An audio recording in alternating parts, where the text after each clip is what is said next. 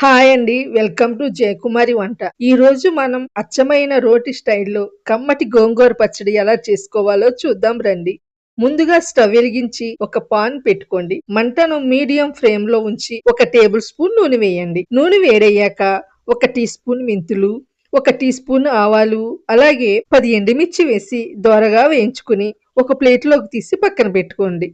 ఇప్పుడు అదే పాన్‌లో మళ్ళీ నూనె ఏమీ వేయాల్సిన అవసరం లేదండి. శుభ్రంగా కడిగిన 2 కట్ల గోంగూర, 2 పచ్చిమిర్చి, అలాగే ఒక టమాటా తరిగిన ముక్కలు వేసి మంటను లో నుండి మీడియం ఫ్లేమ్‌లో ఉంచి మూత పెట్టి ఉడికించుకోవాలి. గోంగూర ఉడికేలోపు ఒక రోలు తీసుకుని అందులో ఒక టేబుల్ స్పూన్ కల్లుప్పు, 6 వెల్లుల్లి రెబ్బలు, ఒక టీ స్పూన్ జీలకర్ర వేసి దంచుకోండి.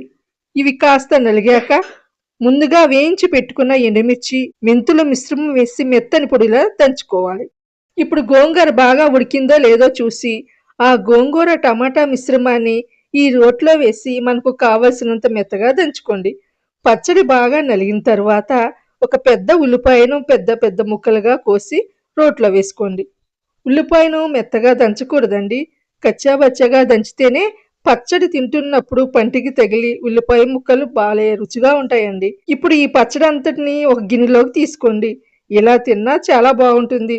కానీ తాలింపు వేస్తే రుచి ఇంకా కమ్మగా ఉంటుంది. చివరిగా తాలింపు కోసం ఒక పాన్‌లో ఒక టేబుల్ స్పూన్ నూనె వేడి చేయండి. మంటను లో ఫ్లేమ్‌లో ఉంచి ఒక టీ స్పూన్ మినపప్పు, ఒక ఎండుమిర్చి, ఆవాలు, పావు టీ స్పూన్ జీలకర్ర, కొద్దిగా కరివేపాకు వేసి దోరగా వేయించుకోండి.